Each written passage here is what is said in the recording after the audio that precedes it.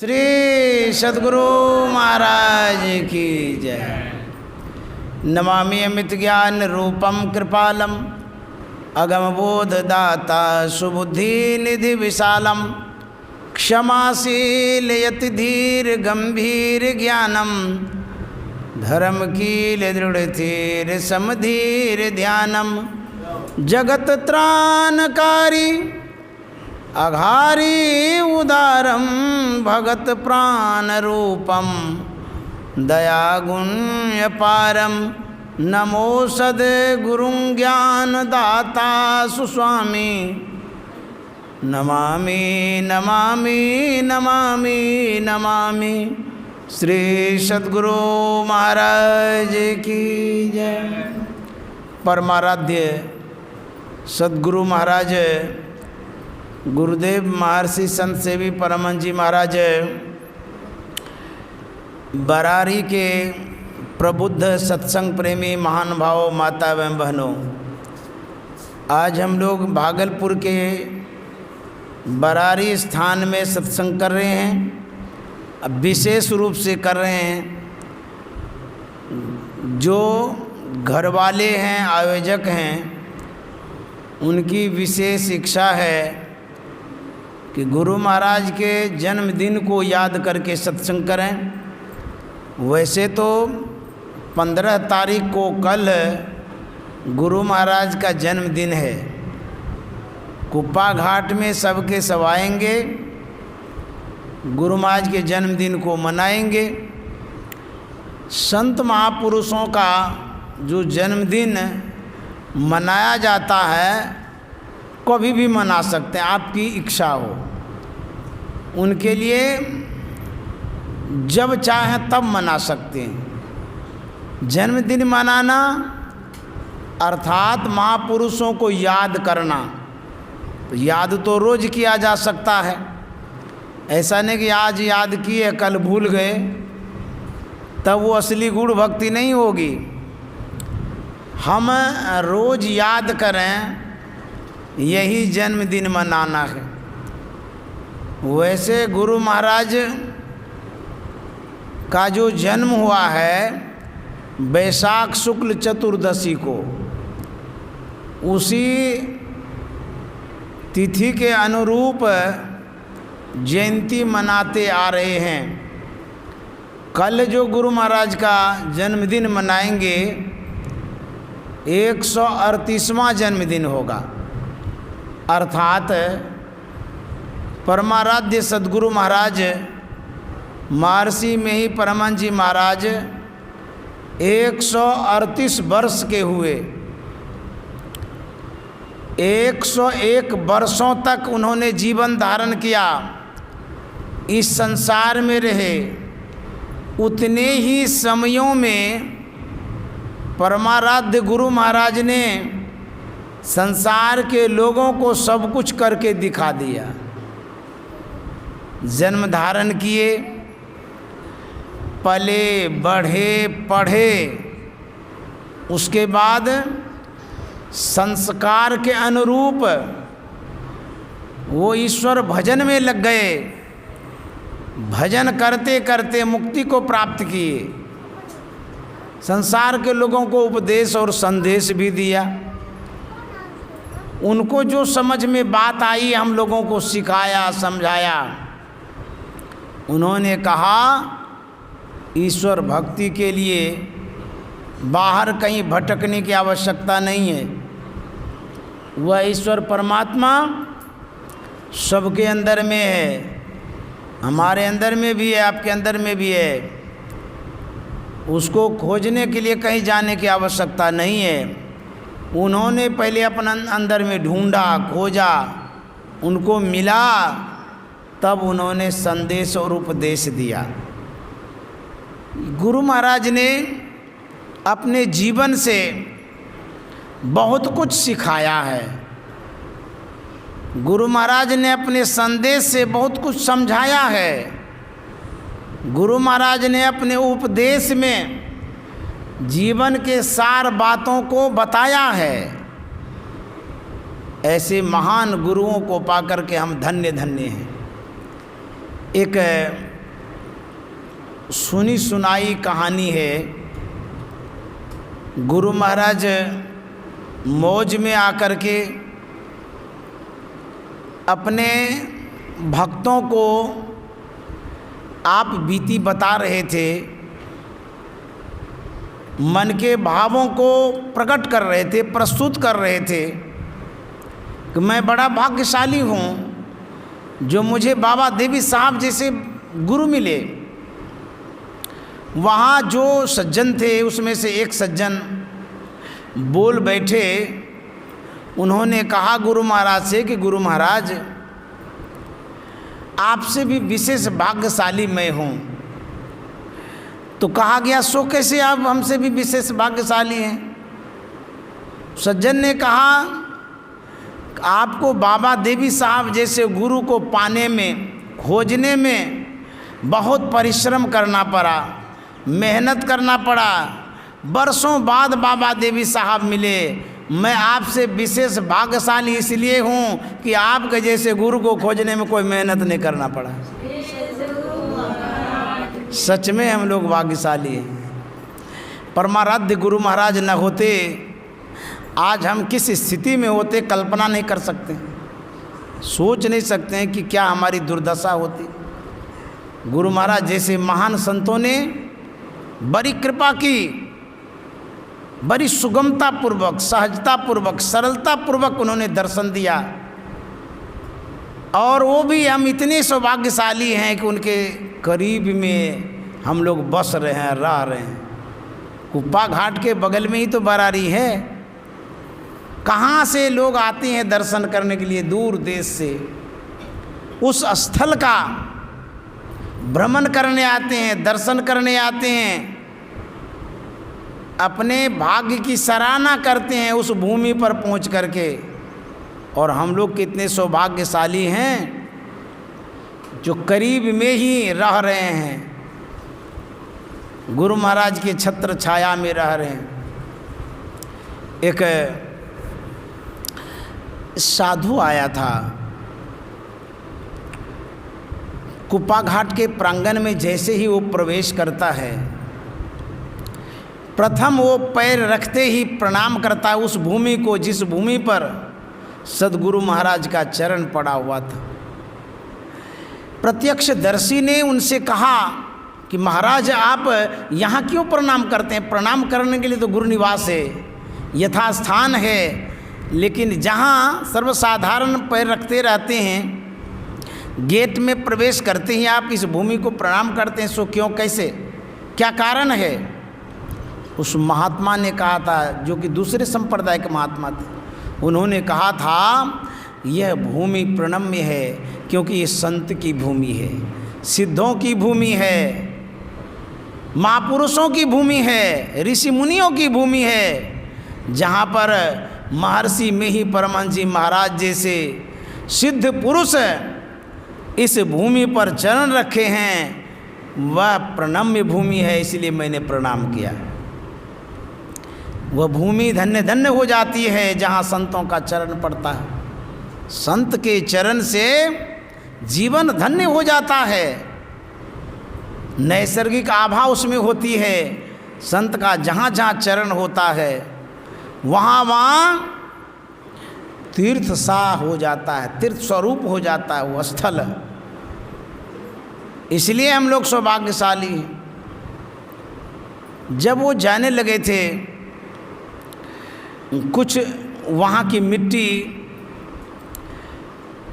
पास में रख लिए थे। जिनकी नज़र पड़ी उसने पूछा कि यहाँ की मिट्टी आप कहाँ ले जा रहे हैं, क्या करिएगा?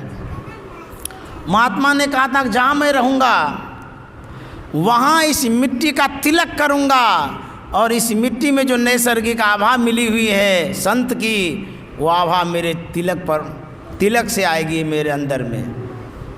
देखिए वहाँ की भूमि भी धन्य है।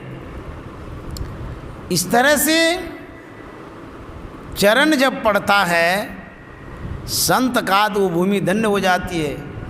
तो हमारे गुरु महाराज जहाँ रहे हुए हैं वो भूमि धन्य है, कुप्पा घाट धन्य है। एक बार मैंने कथाओं में पढ़ा, कहीं सुना। एक बार भगीरथ जी महाराज गंगा के पास गए। उन्होंने प्रार्थना किया, निवेदन किया, आग्रह किया कि माता जी आप पृथ्वी पर आइए, धराधाम पर आइए, नरलोक में आइए, वहाँ के लोगों का कल्याण करिए। आपके जाने से जन जन में खुशियाँ फैलेगी, कायाकल्प हो जाएगा लोगों का। मेरी प्रार्थना है कि आप वहाँ चलिए। गंगा ने क्या कहा था? आप ठीक ही कहते हैं, मेरे जाने से उपकार होगा, परोपकार होगा, धन्य धन्य लोग होंगे। लेकिन ऐसे सब मानव हैं इस धराधाम पर, मेरे जैसे पवित्र जल को भी वो गंदा कर देंगे। मेरी जो परिशुद्धता है, पवित्रता है, यह अक्षुण्ण नहीं रहेगी। मैं अपवित्र हो जाऊंगी, दूषित हो जाऊंगी, मेरे अंदर में इतनी गंदगी आएगी, मैं जिस रूप में हूँ यह रूप विक्षिप्त हो जाएगा, विकृत हो जाएगा, बेकार हो जाएगा। इसीलिए मैं आपके प्रार्थना को नहीं स्वीकार करूँगी, नहीं जाऊँगी।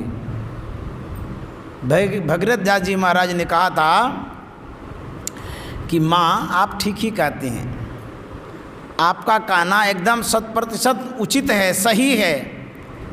आप पृथ्वी में अवतरित होंगी, इसलिए आप जरूर गंदे हो जाएंगे, आपके अंदर में गंदगी जरूर आ जाएगी, क्योंकि नरलोक जो हैं वो आपके अंदर में आ करके गंदगी फैलाएंगे। लेकिन माँ आप जितने तादाद में गंदी हो जाएंगी, वो पवित्र हो जाएंगी, अशुद्ध हो जाएंगी, यदि कभी आपके जल में संत का चरण पड़ जाएगा, संत महात्मा स्नान करने के लिए आएंगे, उनके चरणों से आप में जो भी गंदगी होगी, जो अशुद्धता होगी, सारा शुद्ध और आप पवित्र हो जाएंगे।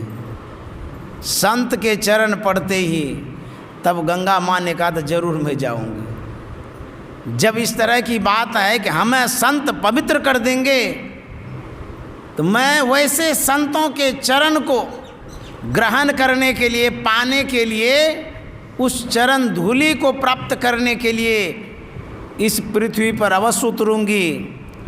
और उन्होंने स्वीकार किया, गंगा यहाँ आ गई। तो सही में हम जो जनसाधारण हैं, हम माँ गंगा को अपवित्र करते रहते हैं, नहा करके, साबुन लगा करके, मल मूत्र विसर्जन करके, अपवित्र नदी नाला को बहा करके। गंगा माँ शुद्ध तो है, लेकिन हम ही लोग अशुद्ध करते रहते हैं। जब संतों का आविर्भाव होता है, चरण पड़ता है, जब जल से चरण का स्पर्श होता है, वह अपवित्र गंगा कंचन और शुद्ध हो जाती है। एक बार गुरुदेव महर्षि संत सेवी जी महाराज गंगा पार कर रहे थे नाव से। गंगा की धाराएं कलकल कलकल बह रही थी। गंगा की इच्छा हुई कि मैं संत के चरणों को स्पर्श करूं। अब वो आदमी तो है नहीं, लेकिन वह गंगा माँ क्या करती है, वो तरंगित हो जाती है, उछलने लगती है। उसमें जो पवन देव थे वो सहयोग कर देते हैं, गंगा माँ का वो मदद करते हैं। क्या करने लगे, वो जल को और उछालने लगे, यहाँ तक कि तरंगें इतनी बढ़ी जल की, नाव पर पानी आने लगा। साथ में जो एक ड्राइवर थे हरि शर्मा जी, वही बता रहे थे। उन्होंने कहा कि हुजूर, ये गंगा की जो उफान देख रहे हैं, ये उफान हम लोगों को डुबाने के लिए नहीं हो रही है, ये आपके चरणों को छूना चाहती है, चरण दे दीजिएगा तो ये शांत हो जाएंगे। क्योंकि जब भगवान कृष्ण को उनके पिताजी ले जा रहे थे, बाल अवस्था में जब जन्म हुआ था, तो जो पार कर रहे थे यमुना को, उसमें भी धाराएं तेज हो गई थी। होते होते नाक कान डूबने लगा था। जैसे भगवान कृष्ण छोटा सा पैर बाहर किए और चरण से जल स्पर्श हो गया, वैसे यमुना नीचे चली गई। जानते क्या हुआ? हुजूर ने कहा था कि नहीं, गंगा माता के अंदर हम चरण रखें, ये ठीक नहीं है। तो बोले कोई उपाय करिए। तो बोले कि मैं उंगली रख देता हूँ। तो गुरुदेव ने क्या क्या, नाव पर से ही हाथ को ऐसे बढ़ाए, उंगली से स्पर्श किए। जैसे ही पानी से उंगली का स्पर्श होता है, वैसे ही वो गंगा जल शांत हो जाता है। ये गुरु का जो ये कारनामा है, जो महिमा है, जो भूमिका है, जो महानता है, विशेषता है, अद्भुत है।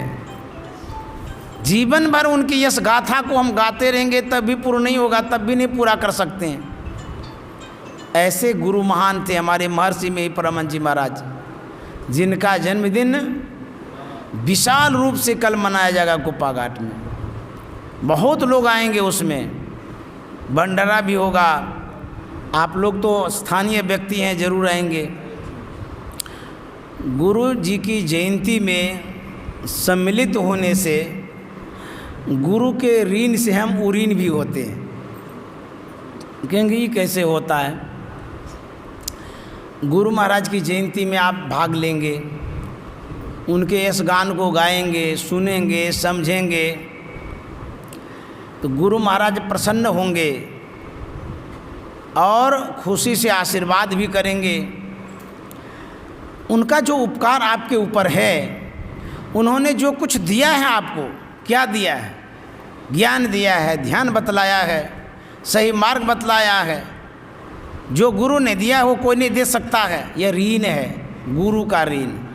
उस ऋण से तभी उऋण हो सकते हैं जब उनको हम याद करेंगे, उनकी आज्ञा का पालन करेंगे, उनके कहे अनुसार चलेंगे, अथवा हम उऋण नहीं हो सकते, ऋण मुक्त नहीं हो सकते हैं। इसलिए गुरु का गुणगान करना चाहिए, गुरु का यश गान करना चाहिए, गुरु के दरबार में जाना चाहिए। संसार में बहुत सारे तीर्थ होते हैं। तीर्थ कहते हैं उस स्थान को जहाँ जाने से जीव का कल्याण होता है, जहाँ देवी देवताओं का वास होता है, संत का वास होता है, सद्गुरु का वास होता है, जहाँ पवित्र आत्मा का समूह एकत्रित होता है, उसको तीर्थ कहते हैं। जब हम स्नान करने के लिए जाते हैं गंगा जी में, वो भी एक तीर्थ है। जब हम पवित्र प्रतिमा का दर्शन करने जाते हैं, वो भी एक तीर्थ है। जब हम संत सद्गुरु के पास जाते हैं, वो भी एक तीर्थ है। जब हम समूह रूप में सत्संग करते हैं, वो भी एक तीर्थ है। संत समागम ये तीर्थ के समान है। हम लोग अभी तीर्थ कर रहे हैं। तीर्थ में जाने से हमारा कल्याण होता है, हमारे अंदर में जो विकार है वो दूर होता है, हमारे जन्म जन्म का जो पाप है उसका शमन होता है, समाप्तिकरण होता है। जे ही दरस परस समागमादिक पाप राशि नसाइए, पाप का शमन होता है। तो जो गुरु तीर्थ है वो सभी तीर्थों से श्रेष्ठ होता है, सभी तीर्थों से पवित्र होता है। क्योंकि गुरु का जो तीर्थ है वो ज्ञान तीर्थ है, ध्यान तीर्थ है, योग तीर्थ है, श्रद्धा और भक्ति का तीर्थ है। उन तीर्थों में जाकर के हम अवगाहन करते हैं, स्नान करते हैं, भाव से, भक्ति से, प्रेम से, श्रद्धा से। हमारे अंदर जो कलमश है सब धुल जाता है। इसीलिए गुरु तीर्थ में जाना चाहिए। गुरु तीर्थ महान तीर्थ होता है, सभी तीर्थ से बढ़ कर के होता है। एक गांव देहात की बूढ़ी अपने भावों का संबल लिए, भक्ति का गठड़ी बांधे, श्रद्धा का साहस लिए वो कुप्पा घाट पहुंचती है। परमाराध्य उस समय कुप्पा घाट में विराजमान थे। अर्थ विहीन जरूर थी, लेकिन अध्यात्म में लवलीन थी, अध्यात्म से परिपूर्ण थी, भक्ति से परिपूर्ण थी वो माता जी। संत के दरबार में पहुंचती है, सब दर्शक दर्शन कर रहे थे, परमाराध्य दर्शन दे रहे थे। यह भी माता जी पहुंची, सब कोई प्रणाम कर रहे थे, इन्होंने भी प्रणाम किया। जब संत के दरबार में जाते हैं तो संत ऋषि मुनि कहते हैं, शास्त्र भी कहता है, साधु योगी पेखना खाली हाथ न देखना। अर्थात साधु के दरबार में, संत के दरबार में जब जाते हैं खाली हाथ नहीं जाना चाहिए, तुलसी दल भी जरूर चढ़ाना चाहिए, फूल चढ़ाना चाहिए, पैसा प्रदान करना चाहिए, जो आपके पास सामर्थ्य है जरूर चढ़ाना चाहिए, भेंट। ये चढ़ाने से आपकी भक्ति होती है और भक्ति का आपको फल मिलता है। ये माता जी जो पैसा लाई थी बहुत कम था, 4 आना था। श्रद्धा से भक्ति से आंचल से निकालती है, खोलती है, गुरु महाराज के चरणों में समर्पित कर देती है। 4 आना चढ़ा दी, यहाँ तक तो ठीक ही था। चढ़ाने के बाद माता जी अपने भावों को व्यक्त करते हुए कहती है गुरु महाराज से कि बाबा इस 4 आने का भंडारा कर दीजिएगा।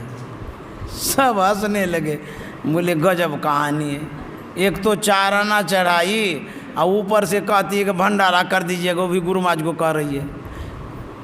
तो सब हंस रहे थे, लेकिन गुरु महाराज उनके भावों को पढ़ रहे थे, उनके श्रद्धा भक्ति के किताब को पढ़ रहे थे, देख रहे थे ये किस भाव से कह रही है, इनके अंदर में भावना कैसी है।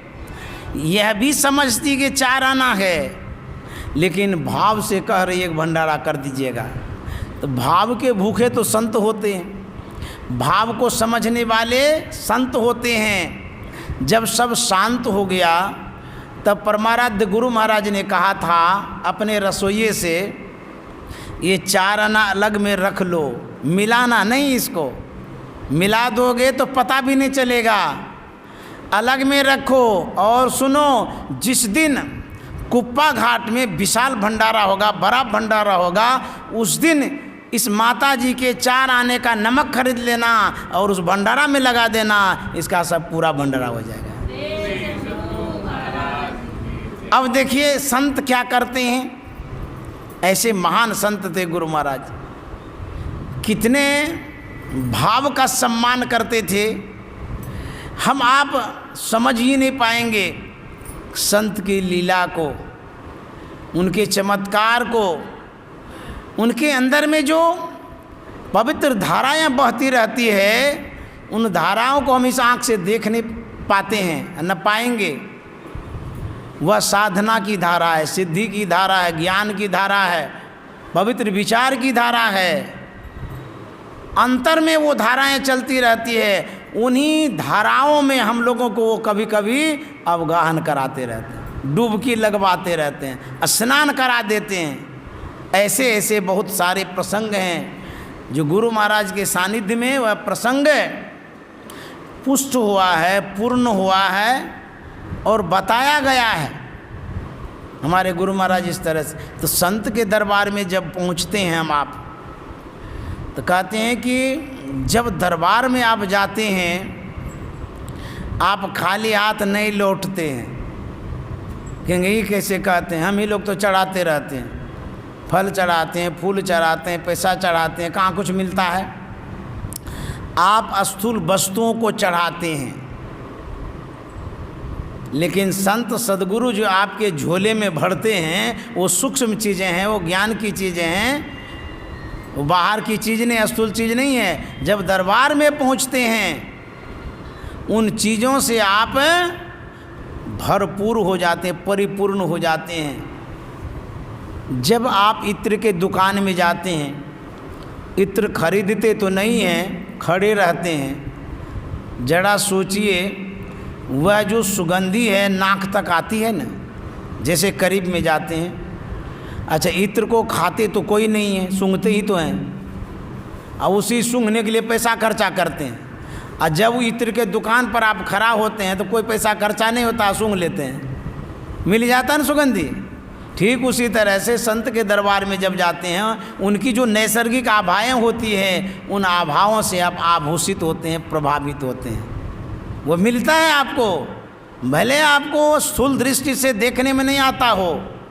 संत के दरबार में पहुंच करके बहुतों ने अपने जीवन को धन्य किया है, अपने जीवन को सजाया है, संवारा है। अभी भी जो जाते हैं संत के दरबार में, उनको शांति मिलती है, सुख मिलता है, सुकून मिलता है। एक पल के लिए उनको जीवन का जो है ना, वास्तविक जीवन का अंकुरन होता है। इसीलिए संत के दरबार में जाना चाहिए, सिद्ध के दरबार में जाना चाहिए, गुरु महाराज के दरबार में पहुंचना चाहिए। हम लोग भक्ति के विषय में सुन रहे थे, पाठ के दौरान हम लोग सुने, प्रवचन में भी गुरु महाराज के वचनों को सुने, भक्ति के विषय में बतला रहे थे। भक्ति का अर्थ होता है सेवा। सेवा का बहुत प्रकार होता है और सेवा का बहुत प्रभाव भी होता है। प्रकार भी होता है, प्रभाव भी होता है। जैसे आप भोजन बनाते हैं ना, कहते हैं बहुत प्रकार का बना लिए, क्या को सब्जी बना लिए, दाल भात, खीर पूरी आदि, इसको प्रकार कहते हैं। तो जितना प्रकार है उसमें, उतने प्रकार में अलग अलग प्रभाव भी है। आप सोचिए, जो प्रभाव साग में मिलेगा, सब्जी में अलग आपको मिलेगा, भात में अलग मिलेगा, दाल में अलग मिलेगा, खीर में और अलग मिलेगा, हलवा पूरी जब खाएंगे उसमें और अलग प्रभाव मिलेगा। तो जो प्रकार है उसमें अलग अलग प्रभाव है, अलग अलग शक्तियाँ होती। सत्तू खाइएगा, जितना वो ताकत दे सकता है, खीर हलवा में विशेष ताकत मिलेगा। बादाम केसर खाइएगा तो अलग ताकत मिलेगी। अलग अलग प्रकार, अलग अलग प्रभाव हुआ ना। ठीक उसी तरह से हम जो भक्ति करते हैं, भक्ति का अलग अलग प्रकार है। बहुत प्रकार की भक्तियाँ हैं, और जितनी प्रकार की भक्तियाँ हैं उसमें अलग अलग शक्तियाँ हैं, अलग अलग प्रभाव है। और भक्ति सेवा को कहते हैं। आप एक लोटा पानी पिलाते हैं, एक गिलास जल पिलाते हैं, वो भी सेवा है। खाना खिलाते हैं, ये भी सेवा है। वस्त्र प्रदान करते, ये भी सेवा है। पान फूल चढ़ाते, ये भी सेवा है। तो सेवा ही सेवा है। किसी को दो शब्द सुना देते हैं, ये भी सेवा है। सत्संग में आप लोग बैठे, ये भी सेवा है। ध्यान करिएगा, ये भी सेवा है। सेवा ही सेवा है। लेकिन क्या सभी सेवा से सर्वेश्वर की प्राप्ति होगी, परमात्मा की प्राप्ति होगी? कहते नहीं। क्यों? उसमें शक्ति नहीं है, प्रभाव नहीं है। जो सेवा का प्रकार है, उस प्रकार में अलग अलग प्रभाव है। परमात्मा को प्राप्त करने का जो प्रभाव है सेवा में, उस सेवा के विषय में नानक साहब कहते हैं, ऐसी सेवक को सेवा करे जिसका जीवित सो आगे धरे। अब देखिए, ये कितना प्रभाव का सेवा है, कितने प्रभाव की ये भक्ति है। कहते हैं सब कुछ समर्पण कर गुरु की सेवा करनी चाहिए। अपने आप को जब समर्पित करते हैं, यह जो सेवा है ये बड़ा प्रभावकारी सेवा है, पूर्ण सेवा है, बड़ी शक्ति वाली सेवा है। ये अपने आप को कैसे समर्पित करें? कोई जाता है मंदिर में, धड़ाम से गिर जाता है, ये समर्पण है? ये तो शरीर का समर्पण, आपका समर्पण नहीं है वो।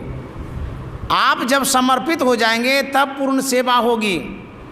आप मतलब जीवात्मा, जीवात्मा का जब समर्पण होगा, कहाँ? भगवान के चरणों में। अब भगवान के चरणों में जो जीवात्मा को समर्पित करेंगे, कोई आदमी उठा के वहाँ रख देंगे, कोई वस्तु है जो रखेंगे वहाँ पर? ये सूक्ष्म आत्मा है। इसे समर्पित करने के लिए सद्गुरु की शिक्षा चाहिए, सद्गुरु का ज्ञान चाहिए, युक्ति चाहिए, तरीका चाहिए। जब तक भेद नहीं लेंगे तब तक समर्पित नहीं कर सकते हैं। गुरु महाराज के प्रवचनों में हम सुन रहे थे कि बड़े बड़े राजा महाराजा, नामी ग्रामी सब भगवान की भक्ति करने वाले सब हुए। जैसे कि राजा युधिष्ठिर हुए, कितने बड़े भक्त हैं। द्रौपदी थी, भक्तिन थी, ये भगवान के शरण में थे। समर्पित थे, लेकिन इनके समर्पण की शक्ति को देखिए, उस समर्पण में इन लोगों को दुख पर दुख होते रहा, कष्ट पर कष्ट होते रहा, विपत्ति पर विपत्ति आती रही। तो ये कौन सा समर्पण है जिसमें दुख कष्ट मिटता ही नहीं है? समर्पण जब तक सही नहीं होगा, समूल दुख नष्ट कभी समाप्त नहीं होगा। इसको समझना बहुत जरूरी है। समर्पण क्या है, अर्पण क्या है, चढ़ाना क्या है। बहुत सी कहानियों को सुने गुरु महाराज के प्रवचन में। एक कथा मुझे स्मरण में आ रही है, भागवत कथा की कथा है। एक कथा है उसमें कि अर्जुन नरक चला गया। जब नरक गया, नरक वासियों से उसने भगवान कृष्ण की शिकायत की। उन्होंने कहा भगवान ने जो कहा सब मिथ्या कहा, झूठे कहा, जो कहा वैसा हुआ ही नहीं। शिकायत को जान करके भगवान श्री कृष्ण वहीं पर उपस्थित हो जाते हैं, प्रत्यक्ष में दर्शन दे देते हैं। भगवान श्री कृष्ण ने कहा अर्जुन तू मेरी शिकायत करता है। अर्जुन ने कहा इसमें शिकायत की क्या बात है? आपने कहा था जो मेरे शरण में आ जाता है उसका कल्याण हो जाता है। मैं आपके शरण में ही था, सदा से था। कल्याण मेरा खाक होगा, मैं नरक में पड़ा हुआ हूँ। सर्वधर्मान परित्यज्य माम एकं शरणं व्रज। सभी धर्मों को छोड़कर जो मेरे शरण में आ जाता है उसका कल्याण हो जाता है। मैं सब कुछ छोड़ करके आपके शरण में रहा और हम आज नरक में पड़े हैं। इसमें शिकायत की क्या बात है? इसमें वास्तविकता है। आपके शरण में थे ना। भगवान श्री कृष्ण ने कहा अर्जुन तुम मेरे शरण में तो कभी नहीं था। अर्जुन माथा पकड़ ले, बाप रे बाप, इतना झूठ बोलते हैं। आपके शरण में नहीं थे, हम तो हर वक्त आपके शरण में थे, छत्र छाया की तरह हम रहे हैं। कैसे आप कहते हैं शरण में नहीं थे? सब दिन तो शरण में रहे। बोले तो कभी शरण में नहीं रहा। बोले कैसे बोलते हैं भगवान शरण में नहीं रहा? अच्छा किसका मैं उदाहरण दूँ? जिस समय हम भगवान के शरण में थे उस समय के जो आदमी हैं वो तो यहाँ है नहीं, कहाँ से हम बुलाने के लिए जाएंगे? अर्जुन ने कहा अच्छा उस बात को तो छोड़ दीजिए, जाने दीजिए उस बात को। जब हम शरण में थे उसको आप नहीं मानते हैं। भगवान कृष्ण का मानने की क्या बात है, तू शरण में था ही नहीं। बोले अच्छा ठीक है, उस समय तो नहीं थे, अभी बताइए आप खड़े हैं, हम हैं ना आपके सामने में, शरण में है कि नहीं है? भगवान श्री कृष्ण ने कहा अर्जुन तो अभी भी मेरे शरण में नहीं है। बोले राम राम राम, ये क्या आप बोलते हैं? आपके शरण में नहीं, इतना झूठ बोलते हैं? बोले मैं कभी झूठ नहीं बोलता हूँ, कभी मिथ्या भाषण नहीं करता, जो भी बोलता हूँ सही बोलता हूँ। बोले भगवान ये क्या बात है, आपके शरण में है, आपके सामने में है, साक्षात हैं, तब भी आप कहते हैं कि मेरे शरण में तो नहीं है, तो शरण क्या है सो समझाइए। तब भगवान श्री कृष्ण ने कहा कि अर्जुन जिस दिन तुम मेरे शरण में आ जाओगे उस दिन तुम्हारा कल्याण हो जाएगा। तुम मेरे शरण में नहीं, शरीर के शरण में हो। बोला अरे ये राज रहस्य था। इंद्रियों के शरण में हो, शरीर के शरण में हो, स्थूल शरण में हो, मेरे शरण में नहीं हो। मेरा शरण कैसा? व्यक्त है, अगोचर है, इंद्रियों से परे है। मैं दिखता नहीं हूँ, मुझे कोई स्थूल आँख से देख नहीं सकता है। तुम सदा इस स्थूल शरण में रहा है, सूक्ष्म शरण में आज तक नहीं आया है, इसीलिए तू नरक में पड़ा है। बोले भगवान इस तरह से आपने तो समझाया नहीं। बोले मैंने समझाया जरूर है, तुमने समझा ही नहीं, मैं क्या करूं? गुरु महाराज ने लिखा है यही मानुष देह समय में करूं परमेश्वर में प्यार, प्यार करूं परमेश्वर में प्यार। यही मानुष देह समैया में करूं परमेश्वर में प्यार, प्यार करूं परमेश्वर में प्यार। कर्म धर्म को जला खाक कर, कर्म धर्म को जला खाक कर देंगे तुमको तार, कर परमेश्वर में प्यार, प्यार करो परमेश्वर में प्यार। यही मानुष देह समैया में करो परमेश्वर में प्यार। गुरु महाराज कहते हैं कर्म धर्म को जला खा कर देंगे तुमको तार। कोई भी कह सकता है कर्म को जला देंगे इतना तो चलेगा, धर्म को भी जला देंगे तो रहेगा क्या खाक। तो गुरु महाराज ने क्या कहा, इस बात को समझना जरूरी है। गुरु महाराज ने कहा है इंद्रियों का जो कर्म है, इंद्रियों का जो धर्म है, इसको जलाना है, समाप्त करना है, इसे दूर होना है। इंद्रियों के धर्म में जब तक बरतते रहेंगे परमात्मा की प्राप्ति नहीं होगी। अब इंद्रियों का क्या धर्म है? जैसे आँख इंद्रियां हैं, इसका धर्म है देखना अच्छा बुरा। इंद्रियां देखती हैं बहिर्मुखी होकर के, बाहर के चीज़ को, स्थूल वस्तुओं का दर्शन करती है। तो कहते हैं बाह्य दर्शन में ही आँख को लगा के रखेंगे तो अंतर दर्शन कब होगा, परमात्मा दर्शन कब होगा? इसीलिए कहते हैं इंद्रियों का जो धर्म देखना है इसको बंद करो। तो आँख फोड़ लें? नहीं, आँख को नहीं फोड़ना है, तो काला चश्मा लगा लें। नहीं, वो भी लगाने की ज़रूरत नहीं है। कहते हैं देखो दाखो ताको मत। देखना तो है, आवश्यकता भर देखिए, क्योंकि संसार का जो जीवन है बिना देखे नहीं चल सकता है। तो 24 घंटा देखते रहेंगे? नहीं, कभी कभी बंद रखिए। हर वक्त देखते ही हैं। 24 घंटा में जो गुरु महाराज ने बता दिया ध्यान करने के लिए, उतना समय तो बंद रखिए। जब तक बंद नहीं करेंगे तब तक अंतर में दर्शन नहीं होगा और इंद्रियों के धर्म से नहीं छूट सकते। देखना बंद करो, सुनना भी बंद करो। सुनना तो है, सत्संग सुनना है, कथा सुननी है, अच्छी बातों को सुनना है, पढ़ाई लिखाई की बात सुननी है। जितना ज़रूरी है उचित है उतना सुनिए और उसके बाद कान को बंद रखिए। साधना करिए, ध्यान करिए, यही इंद्रियों के धर्म से छूटना है। इंद्रियों के धर्म से छूटेंगे इसी तरह से। इसीलिए गुरु महाराज ने कहा अति पावन गुरु मंत्र, मन ही मन जाप जपो, उपकारी गुरु रूप को मानस ध्यान थपो। आँख कान मुख बंद कराओ, अनहद झींगा शब्द सुनाओ, दोनों तिल एक तार मिलाओ और तब देखो गुलजारा भीतर में। इंद्रियों का यही धर्म है, इसको छोड़ना पड़ेगा।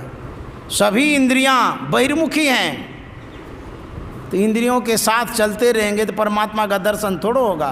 गुरु महाराज ने कहा है प्रभु तो है कैसे देखन पाऊं, कैसे देखन पाऊं, प्रभु तो है कैसे देखन पाऊं। गुरु महाराज कहते हैं हे प्रभु आपको हम कैसे देख पाएंगे। तन इंद्र ने संग माया देखूं, इनमें रही माया लिपटाऊं। गुरु महाराज कहते हैं तन इंद्र ने संग माया देखूं, मायातीत धरहूँ तुम नाऊं, प्रभु तो है कैसे देखन पाऊं। शरीर के साथ जितनी इंद्रियां हैं वो मायाभिमुख है, माया का दर्शन करती है सभी इंद्रियां। और सुनते हैं आप तो मायातीत हैं। जब माया से आप पड़े हैं और इंद्रियां सब मये में लटक के रहेगी तो आपका दर्शन कैसे करेंगे? यही विडंबना है, यही कठिनाई है, यही दिक्कत है, यही झमेला है। हम इंद्रियों के संग में हैं, इंद्रियां मायाभिमुख है, आप इंद्रियों से पड़े हैं। इसी दिक्कत को हटाना है, यही दिक्कत है, आपका दर्शन नहीं हो पा रहा। तन इंद्र ने संग माया देखूं, मायातीत धरहूँ तुम नाऊं। और गुरु महाराज कहते हैं मेधा मन इंद्र ने गहे माया, इनमें रही माया लिपटाऊं। इंद्र ने मन अरु बुद्धि परे प्रभु, मैं नहीं न तजी आगे धाऊं, प्रभु तोहे कैसे देखन पाऊं। गुरु महाराज की बातें बड़ी अच्छी होती है। सार होती है, सुगम होती है, सहज होती है, सरल होती है, सबके लायक होती है। गुरु महाराज क्या कहते हैं? मेधा मन इंद्रिय कहे माया। हे परमात्मा, हे भगवान, हमारे अंदर में जो इंद्रियां हैं, चाहे अंतर्मुखी हो, बहिर्मुखी हो, बाहर की इंद्रियां हो, अंदर की इंद्रियां हो, जो भी 14 इंद्रियां हैं, उन 14 इंद्रियों में जो अंतर की इंद्रियां मन है, मन बड़ा तेज है, कुशाग्र है, मेधा है, तेज बुद्धि का है मन, सबका अगवा है, हेड है। लेकिन फेड़ा यही है, ये अगवा तो बना हुआ इंद्रियों का, ये अगवा भी माया के पीछे लगा हुआ रहता है। अब हम क्या करें? जो बॉस होता है ना, उसको पकड़ना पड़ता है। बॉस ही गड़बड़ होगा तो, जितना चेला चमटा होगा उसी के अनुसार घूमेगा। उसी तरह से जो मन है, ये बॉस है, इंद्रियों का बॉस मन है, और ये माया के तरफ ही भागता है। तो गुरु महाराज कहते हैं, एक तो इंद्रियां मन के बस में है, अब मन माया के बस में है, और हम कैसे आपको बस करें? हम अकेले पड़ जाते हैं। सहयोग करिए, मदद करिए। गुरु महाराज कहते हैं, आगे क्या कहते हैं? इंद्रिय न मन अर बुद्धि परे प्रभु, मैं नहीं ने तजी आगे धाऊं। इंद्रिय न मन और बुद्धि परे प्रभु। हे प्रभु, आप कैसे हैं? इंद्रियों से परे, मन से परे, बुद्धि से परे, इंद्रियों से परे। ये जितना ही जेड़ा है, इस जेड़ा के फेरा में हम हैं, इसको छोड़ करके हम आगे नहीं जा सकते हैं। मैं नहीं न तजी आगे धाऊं, मैं भाग नहीं सकता हूँ, जा नहीं सकता हूँ इनको छोड़ करके। क्यों?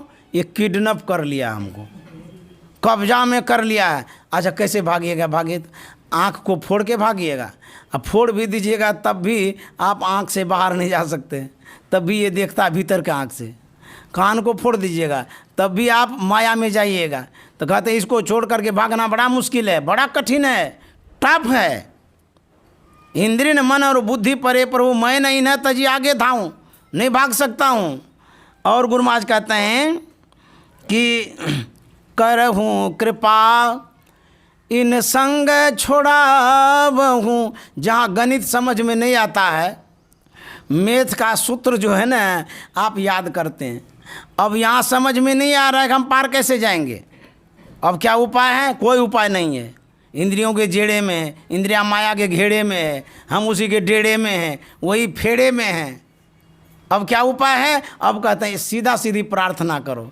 अब कोई उपाय नहीं, हमारे पास सामर्थ्य भी नहीं है, शक्ति भी नहीं है, हम नहीं इसको लांघ करके आगे जा सकते हैं। अब देखिए प्रार्थना में क्या बल है, कैसी युक्तियाँ होती है परमात्मा के पास, कैसा साधन होता है, एकदम सिंपल सरल ढंग का साधन। गुरु महाराज कहते हैं, करहूँ कृपा इन संग छोड़ावहूँ, जड़ प्रकृति कर पार ही जाऊँ, मैं ही यस करुणा कर स्वामी, देहु दरस सुख पाए अघाऊँ, प्रभु तो ये कैसे देखन पाऊँ। अब कहते हैं करहूँ कृपा, आप कृपा करिए।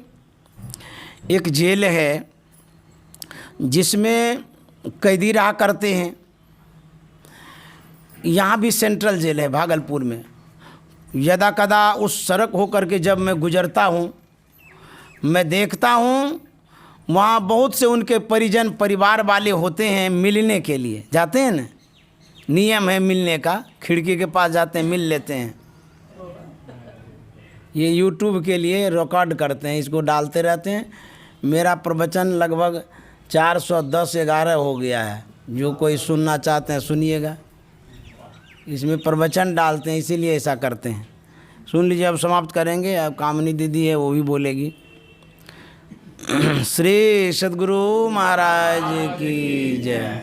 कहते हैं एक जेल है, जिस जेल में बहुत सारे कैदी होते हैं। कैदी के पास कोई कोई मिलने के लिए जाता है, तो गुरु महाराज क्या यहाँ कहते हैं, हे परमात्मा, हे प्रभु, हम शरीर और संसार रूपी जेल में हैं, कैद खाने में हैं। हम तो इस घेरे से निकल नहीं सकते, ये किडनैप जो कर लिया है, बाहर होने ही नहीं देता है। हम तो परतंत्र हैं, लेकिन आप तो स्वतंत्र हैं। परमात्मा से कह रहे हैं आपके ऊपर कोई बंधन नहीं है, आप तो आ सकते हैं। भले हम नहीं जा सकते हैं लेकिन आप तो आ सकते हैं, हम जेल में हैं, आप ही आकर के दर्शन कर दे दीजिए, इसी से मैं अघा जाऊंगा। तो यही गुरु महाराज कहते हैं, देहु दरस सुख पाए अघाऊं, आप आकर के दर्शन दे दीजिए, मुझे वो सुख मिलेगा जिसमें मैं तृप्त हो जाऊंगा, अघा जाऊंगा। तो इस तरह से गुरु महाराज ने कहा है, इंद्रियों से परे परमात्मा का दर्शन होगा। इंद्रियों से जब तक ऊपर नहीं उठेंगे तब तक आत्मस्वरूप का दर्शन नहीं होगा, और तब तक हमारे जीवन में जो दुख है वो दूर नहीं होगा। कितना भी भगवान को आप प्रसन्न कर लीजिए, सगुण साकार में दर्शन बहुतों को मिला है, मनु शत्रुपा को मिला, भगवान श्री राम तो राजा दशरथ के यहाँ ही थे, भगवान श्री कृष्ण के सानिध्य में कितने थे, लेकिन सबका दुख दूर नहीं हुआ। जिसने भी अंतर में प्रवेश किया उसको दर्शन मिला, उसका दुख दूर हुआ। इसलिए गुरु महाराज कहते हैं, ध्यान करिए, ध्यान करने के बाद अंतर में जो दर्शन होगा उसी से तृप्ति होगी, शांति होगी और सुख मिलेगा। श्री सद्गुरु महाराज की जय।